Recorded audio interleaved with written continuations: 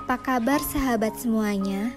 Izinkan saya, Sofia Farida Rahman, membuka resensi buku ini dengan menanyakan hal-hal ini kepada para pembaca, kepada diri kita sendiri. Sudahkah kita berkontribusi untuk mengkampanyekan keselamatan serta kesehatan di lingkungan masyarakat?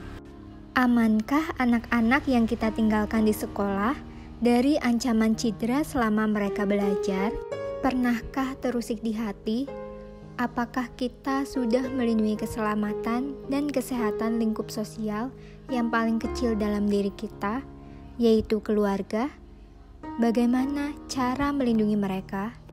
Jika pertanyaan itu mengusik, buku ini adalah bacaan yang tepat untuk kita.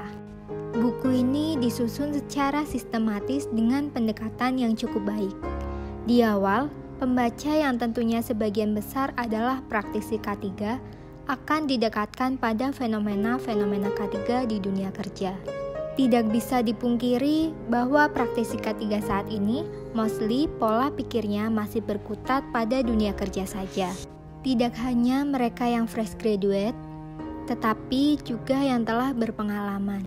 Hingga pada hidangan utama buku ini adalah bagaimana penulis menggambarkan fenomena-fenomena keselamatan dan kesehatan yang dihadapi di masyarakat.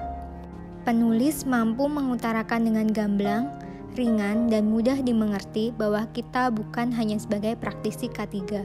Siapapun kita juga adalah makhluk sosial. Ide yang diopinikan oleh penulis juga cukup segar. Ada dasar hukum yang disisipkan untuk memperkuat gagasannya. Terdapat data dan fakta yang dimunculkan agar pembaca juga dapat memahami apa yang dihadapi oleh masyarakat dan negara Indonesia hingga memberikan solusi terhadap data dan fakta tersebut. Salah satu fenomena yang penulis munculkan di dunia kerja K3 adalah adanya para perempuan yang hadir sebagai praktisi K3 yang di dalamnya berisi alasan-alasan mengapa mereka terjun di dunia K3. Melakukan pekerjaan yang cenderung dilakukan oleh kebanyakan para laki-laki. Tetapi juga fenomena keselamatan dan kesehatan di lingkungan masyarakat, seperti dalam tulisannya pada bab sinetron dan nilai keselamatan. Sinetron sedikit banyak memberikan pengaruh kepada para ibu-ibu, bapak-bapak, hingga anak-anak. Timbul perasaan miris dari sang penulis ketika melihat salah satu pemeran sinetron tanpa ada rasa bersalah, asik membonceng gadis pujaannya di jalan raya tanpa menggunakan helm standar, tidak menggunakan seatbelt saat berada di dalam kendaraan, menggunakan handphone saat berkendara, melawan arus, dan lain-lain. Walaupun hanya sebatas sinetron, tetapi banyak kita lihat sendiri faktanya di jalan raya. Bisa jadi perilaku di jalan raya adalah tren latah yang diikuti oleh banyak orang dari sinetron atau drama yang mereka tonton. Walaupun demikian, fenomena-fenomena tersebut diangkat di dalam buku ini untuk memberikan gambaran dan secara tidak langsung mengajak para praktisi K3 dan siapapun para pembacanya untuk peduli. Buku ini memang berisi opini-opini permasalahan K3. Bukan berarti buku ini hanya diperuntukkan untuk praktisi K3. Buku ini wajib dimiliki oleh siapapun. Penulis juga memberikan saran dan solusi yang bisa dilakukan oleh para pembaca, baik secara individu maupun melalui organisasi.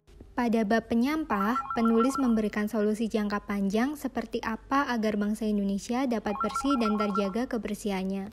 Contoh lain adalah bagaimana metode atau cara dalam menyebarkan virus-virus K3 dalam rangka membudayakannya di tengah masyarakat Indonesia, dan masih banyak solusi lainnya yang ditawarkan oleh penulis. Solusi yang diberikan salah satunya oleh penulis adalah melalui dunia pendidikan. Mengapa? Karena melalui pendidikan, bottom-up approach, kita bisa menanamkan nilai-nilai dan dasar-dasar yang dapat membentuk pola pikir dan sikap seseorang. Pada bagian akhir buku ini, penulis menyertakan safety quotes yang ditulis oleh penulis sendiri selama berkarir sebagai praktisi K3. Sebagian besar kutipan-kutipan tersebut bisa digunakan sebagai referensi tulisan dalam media kampanye K3, dan sebagian besar lainnya bisa menjadi sentilan bagi para praktisi K3. Sebagai penutup, izinkan saya menyentil hati para praktisi K3 dengan kutipan penulis berikut ini. Banyak orang HSE jago di perusahaan, tapi tidak di dalam masyarakat umum.